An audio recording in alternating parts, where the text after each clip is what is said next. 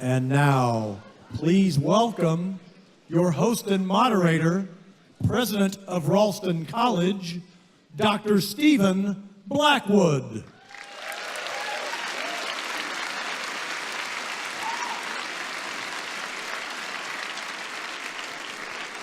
Thank you. A warm welcome to all of you here this evening, both those here in the theater in Toronto and those following online. You know, it's not very often that you see a country's largest theater packed for an intellectual debate, but that's what we're all here for tonight. Please join me.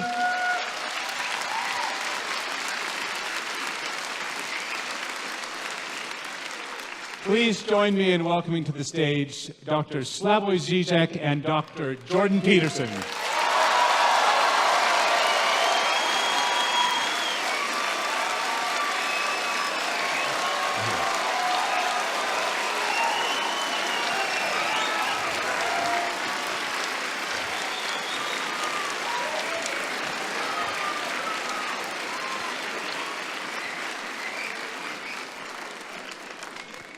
Just a few words of introduction. There can be few things, I think, now more urgent and necessary in an age of reactionary partisan allegiance and degraded civil discourse than real thinking about hard questions. The very premise of tonight's event is that we all participate in the life of thought, not merely opinion or prejudice, but the realm of truth, accessed through evidence and argument. But these two towering figures of different disciplines and domains share more than a commitment to thinking itself.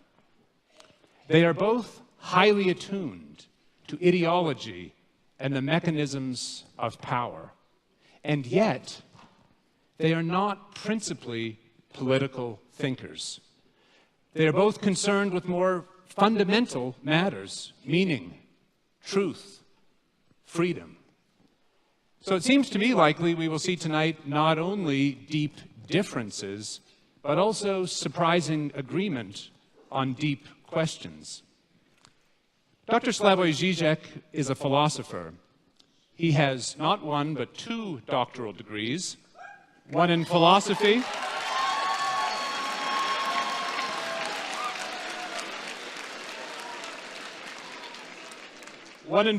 from the University of Ljubljana, and a second in psychoanalysis from University. Let's hear it for psychoanalysis. From the University of Paris 8. He is now a professor at the Institute of Sociology and Philosophy at the University of Ljubljana and the director of the Birkbeck Institute for the Humanities at the University of London. He has published more than 36 books, many on the most seminal philosophers of the 19th and 20th centuries. He is a dazzling theorist with extraordinary range. A global figure for decades, he turns again and again with dialectical power to radical questions of emancipation, subjectivity, and art.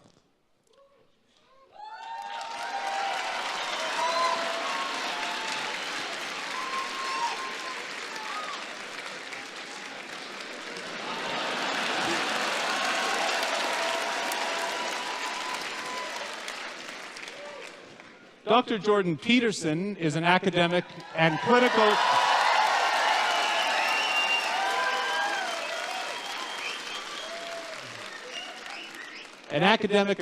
psychologist. His doctorate was awarded by McGill University, and he was subsequently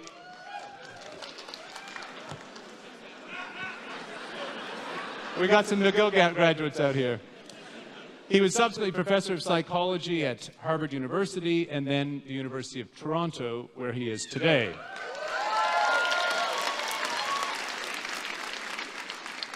The author of 2 books and well over 100 academic articles, Dr. Peterson's intellectual roots likewise lie in the 19th and early 20th centuries, where his reading of Nietzsche, Dostoevsky, and above all, Carl Jung, inform his interpretation of ancient myths, of 20th century totalitarianism, and especially his endeavor to counter contemporary nihilism.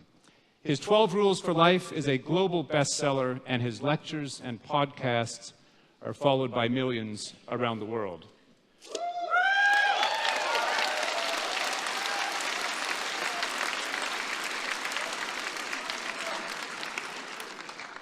Both Drs. Zizek and Peterson transcend their titles, their disciplines, and the academy, just as this debate, we hope, will transcend purely economic questions by situating those in the frame of happiness, of human flourishing itself.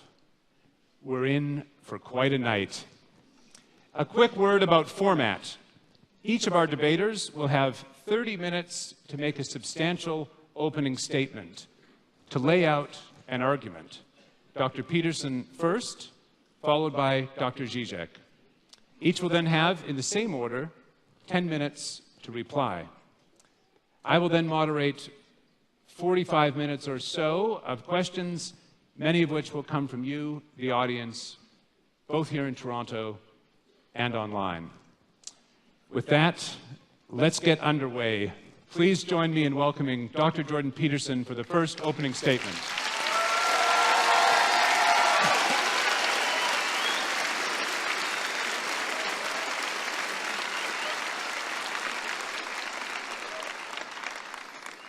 Well, thank you for that insanely enthusiastic welcome for the entire event and also for being here. I have to tell you first that this event, and I suppose my life in some sense, hit a new milestone that I was just made aware of by a stagehand today backstage, who informed me that last week the tickets for this event were being scalped online at a higher price than the tickets for the Leafs playoff games.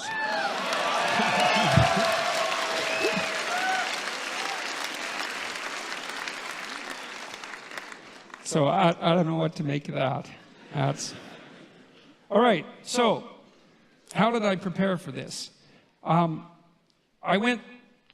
familiarized myself to the degree that it was possible with Slavoj Žižek's work, and that wasn't that possible because he has a lot of work and he's a very original thinker, and this debate was put together in relatively short order. And what I did instead was return to what I regarded as the original cause of all the trouble, let's say, which was the Communist Manifiesto.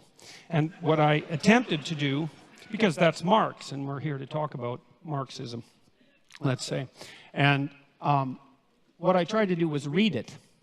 And to read something, you don't just follow the words and follow the meaning, but you take apart the sentences and you ask yourself at this level of phrase and at the level of sentence and at the level of paragraph, is this true? Are there counter-arguments that can be put forward that are credible? Is this solid thinking? And I have to tell you, and I'm not trying to be flippant here, that I have rarely read a tract. Now, I read it when I was 18. It was a long time ago, right? That's 40 years ago. But I've rarely read a tract that made as many errors per sentence, conceptual errors per sentence, as the Communist Manifesto. It was quite a miraculous reread. It was interesting to think about it psychologically as well, because I've read student papers that were of the same ilk in some sense, although I'm not suggesting that they were of the same level of glittering literary brilliance and polemic quality. And I also understand that the Communist Manifesto was a call for revolution and not a standard logical argument. But that notwithstanding, I have some things to say about the authors psychologically. The first thing is that it doesn't seem to me that either Marx or Engels grappled with this particular fundamental truth, which is that almost all ideas are wrong. And so and it doesn't matter if they're your ideas or someone else's ideas, they're probably wrong. And even if they strike you with the force of brilliance, your job is to assume, first of all, that they're probably wrong, and then to assault them with everything you have in your arsenal and see if they can survive. And what struck me about the Communist Manifesto was it was akin to something Jung said about typical thinking. And this was the thinking of people who weren't trained to think. He said that the typical thinker has a thought. It appears to them like an object might appear in a room. The thought appears, and then they just accept it as true. They don't go the second step, which is to think about the thinking. And that's the real essence of critical thinking. And so that's what you try to teach people in university, is to read a text and to think about it critically, not to destroy the utility of the text, but to separate the wheat from the chaff. And so what I tried to do when I was reading the Communist Manifesto was to separate the wheat from the chaff. And I'm afraid I found some wheat, yes, but mostly chaff. And I'm going to explain why, hopefully in relatively short order. So I'm going to outline 10 of the fundamental axioms of the Communist Manifesto. And so these are truths that are basically held as self-evident by the authors. And they're truths that are presented in some sense as unquestioned. And I'm going to question them and tell you why I think they're unreliable. Now, we should remember that this tract was actually written 170 years ago. That's a long time ago. And we have learned a fair bit from since then about human nature, about society, about politics, about economics. There's lots of mysteries left to be unsolved, but we are slightly wiser, I presume, than we were at one point. And so you can forgive the authors to some degree for what they didn't know, but that doesn't matter given that the essence of this doctrine is still held as sacrosanct by a large proportion of academics. Probably are among the most, what would you call, guilty of that particular sin. So here's proposition number one. History is to be viewed primarily as an economic class struggle. All right, so let's think about that for a minute. First of all, the proposition there is that history is primarily to be viewed through an economic lens, and I think that's a debatable proposition because there are many other motivations that drive human beings than economics, and those have to be taken into account, especially that drive people other than economic competition, like economic cooperation, for example. And so that's a problem. The other problem is that it's actually not nearly a pessimistic enough description of the actual problem, because history, this is to give the devil his due. The idea that one of the driving forces between history is hierarchical struggle is absolutely true. But the idea that that's actually history is not true, because it's deeper than history. It's biology itself, because organisms of all sorts organize themselves into hierarchies. And one of the problems with hierarchies is that they tend to arrange themselves into a winner-take-all situation. And so, that is implicit in some sense in Marx's thinking, because of course Marx believed that in a capitalist society, capital would accumulate in the hands of fewer and fewer people. And that actually is in keeping with the nature of hierarchical organizations. Now, the problem with that isn't so much the fact of, so there's accuracy in the accusation that that is a eternal form of motivation for struggle, but it's an underestimation of the seriousness of the problem, because it attributes it to the structure of human societies rather than the deeper reality of the existence of hierarchical structures per se, which, as they also characterize the animal kingdom to a large degree, are clearly not only human constructions. And the idea that there's hierarchical competition among human beings, there's evidence for that that goes back at least to the Paleolithic times. And so that's the next problem. It's that, well, this ancient problem of hierarchical structure is clearly not attributable to capitalism, because it existed long in human history before capitalism existed, and then it predated human history itself. So the question then arises, why would you necessarily, at least implicitly, link the class struggle with capitalism, given that it's a far deeper problem. And now, it's also, you've got to understand that this is a deeper problem for people on the left, not just for people on the right. It is the case that hierarchical structures dispossess those people who are at the bottom, those creatures who are at the bottom, speaking, say, of animals, but those people who are at the bottom, and that is a fundamental existential problem. But the other thing that Marx didn't seem to take into account is that there are far more reasons that human beings struggle than their economic class struggle, even if you build the hierarchical idea into that, which is a more comprehensive way of thinking about it. Human beings struggle with themselves, with the malevolence that's inside themselves, with the evil that they're capable of doing, with the spiritual and psychological warfare that goes on within them. And we're also actually always at odds with nature. And this never seems to show up in Marx. And it doesn't show up in Marxism in general. It's as if nature doesn't exist. The primary conflict, as far as I'm concerned, or a primary conflict that human beings engage in, is the struggle for life in a cruel and harsh natural world. And it's as if that doesn't exist in the Marxist domain. If human beings have a problem, it's because there's a class struggle that's essentially economic. It's like, no, human beings have problems because we come into life starving and lonesome. And we have to solve that problem continually, and we make our social arrangements, at least in part, to ameliorate that, as well as to, well, upon occasion, exacerbate it. And so there's also very little understanding in the Communist Manifesto that any of the, like, say, hierarchical organizations that human beings have put together might have a positive element. And that's an absolute catastrophe, because hierarchical structures are actually necessary to solve complicated social problems. We have to organize ourselves in some manner, and you have to give the devil his due. And so it is the case that hierarchies dispossess people, and that's a big problem. That's the fundamental problem of inequality. But it's also the case that hierarchies happen to be a very efficient way of distributing resources. And it's finally the case that human hierarchies are not fundamentally predicated on power. And I would say the biological, anthropological data on that are crystal clear. You don't rise to a position of authority that's reliable in a human society primarily by exploiting other people. It's a very unstable means of obtaining power. So that's a problem. Well, the people that laugh might do it that way.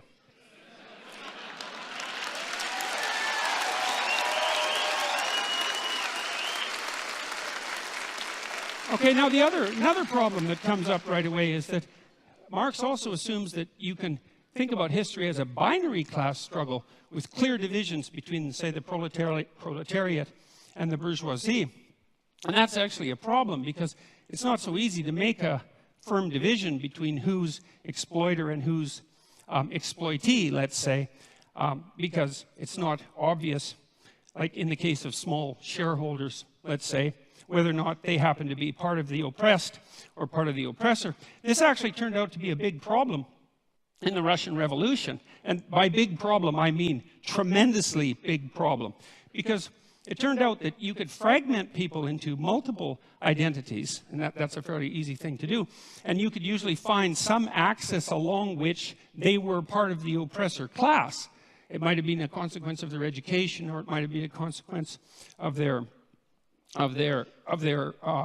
wealth that they strived to accumulate during their life, or it might have been a consequence of the fact that they had parents or grandparents who were educated or rich, or that they were a member of the priesthood, or that they were socialists, or anyways, the listing of how it was possible for you to be bourgeois instead of proletariat grew immensely, and that was one of the reasons that the Red Terror claimed all the victims that it claimed. And so that was a huge problem. It was probably most exemplified by the demolition of the kulaks, who were basically peasant farmers, although effective ones in the Soviet Union, who had managed to raise themselves out of serfdom over a period of about 40 years and to gather some degree of material security about them. And about 1.8 million of them were exiled. About 400,000 were killed, and the net consequence of that removal of their private property because of their bourgeois status was arguably the death of 6 million Ukrainians in the famines of the 1930s. And so the binary class struggle idea, that was a bad idea. That was a very, very bad idea. It's also bad in this way, and this is a real sleight of hand that Marx pulls off, is you have a binary class division, proletariat and bourgeoisie, and you have an implicit idea that all of the good is on the side of the proletariat and all of the evil is on the side of the bourgeoisie. And that's classic group identity thinking. You know, it's one of the reasons I don't like identity politics, is because once you divide people into groups and pit them against one another, it's very easy to assume that all the evil in the world can be attributed to one group, the hypothetical oppressors, and all the good to the other. And that...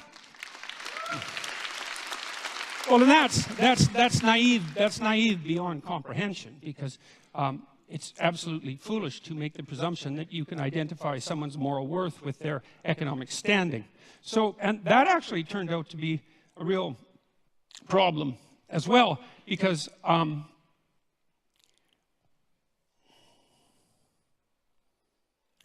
Marx also came up with this idea, which is a crazy idea as far as I can tell, of the, that's a technical term, crazy idea, of the dictatorship of the proletariat. And that's the next idea that I really stumbled across. It was like, okay, so what's the problem? Well, the problem is the capitalists own everything. They own all the means of production. And they're oppressing everyone. That would be all the workers. And there's going to be a race to the bottom of wages for the workers as the capitalists strive to extract more and more value from the labor of the proletariat by competing with other capitalists to drive wages downward, which, by the way, didn't happen, partly because wage earners can become scarce, and that actually drives the market value upward. But the fact that you assume a priori that all the evil can be attributed to the capitalists and all the good, the bourgeoisie, and all the good could be attributed to the proletariat meant that you could hypothesized that a dictatorship of the proletariat could come about, and that was the first stage in the communist revolution. And remember, this is a call for revolution, and not just revolution, but bloody, violent revolution, and the overthrowing of all existent social structures.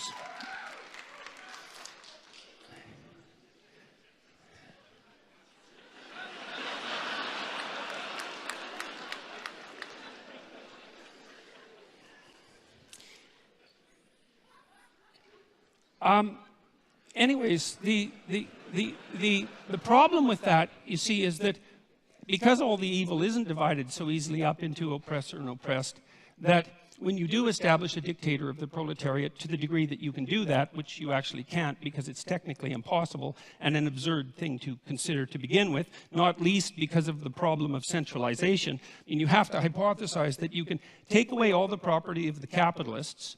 You can replace the capitalist class with a minority of proletariats. How they're going to be chosen isn't exactly clear in the Communist Manifesto. That none of the people who are from the proletariat class are going to be corrupted by that sudden access to power, because they're, well, by definition, good. So then you have the good people who are running the world, and you also have them centralized so that they can make decisions that are insanely complicated to make, in fact, impossibly complicated to make. And so that's a failure conceptually on both dimensions, because, first of all the proletariat aren't going to be good, and when you put people in the same position as the evil capitalists, especially if you believe that social pressure is one of the determining factors of human character, which the Marxists certainly believe, then why wouldn't you assume that the proletariat would immediately become as or more corrupt than the capitalists, which is, of course, I would say exactly what happened every time this experiment was run. And then the next problem is, well, what makes you think that you can take some system as complicated as, like, capitalist free market society and centralize that and put decision-making power in the hands of a few people, the mechanisms without specifying the mechanisms by which you're going to choose them? Like, what makes you think they're going to have the wisdom or the ability to do what the capitalists were doing, unless you assume, as Marx did, that all of the evil was with the capitalists and all the good was with the proletariats, and that nothing that capitalists did constituted valid labor, which is another thing that Marx assumed, which is palpably absurd, because people who are, like, maybe if you're a dissolute aristocrat from 1830 or earlier, and you run a feudal estate and all you do is spend your time gambling and chasing prostitutes, well, then your labor value is zero. But if you're running a business and it's a successful business, first of all, you're a bloody fool to exploit your workers, because even if you're greedy as sin, because you're not going to extract the maximum amount of labor out of them by doing that. And the notion that you're adding no productive value as a manager rather than a capitalist it's absolutely absurd. All it does is indicate that you either know nothing whatsoever about how an actual business works, or you refuse to know anything about how an actual business works. So that's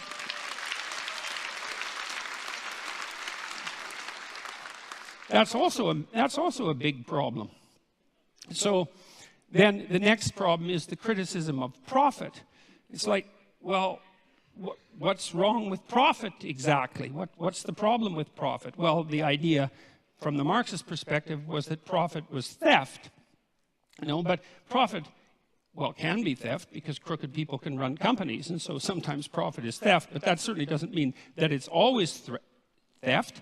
What it means, in part at least, if the capitalist is adding value to the corporation, then there's some utility and some fairness in him or her extracting the value of their abstract labor, their thought, their abstract abilities, their ability to manage the company, and to engage in proper competition and product development and efficiency and the proper treatment of the workers and all of that. And then if they can create a profit, well, then they have a little bit of security for times that aren't so good, and that seems absolutely bloody necessary as far as I'm concerned. And then the next thing is, well, how can you grow if you don't have a profit? And if you have an enterprise that's valuable and worthwhile, and some enterprises are valuable and worthwhile, then it seems to me that a little bit of profit to help you grow seems to be the right approach. And then the other issue with profit, and you know this if you've ever run a business, is it's a really useful constraint. Like it's not enough to have a good idea. It's not enough to have a good idea and a sales and marketing plan, and then to implement that and all of that. That's bloody difficult. Like, it's not easy to have a good idea, and it's not easy to come up with a good sales and marketing plan, and it's not easy to find customers and satisfy them. And so if you allow profit to constitute a limitation on what it is that you might reasonably attempt, it provides a good constraint on wasted labor. And so most of the things that I've done in my life, even psychologically, that were designed to help people's psychological health, I tried to run on a for-profit basis. And the reason for what that was, apart from the fact that I'm not averse to making a profit, partly so my enterprises can grow, but was also so that there were forms of stupidity that I couldn't engage in because I would be punished by the market enough to eradicate the enterprise. And so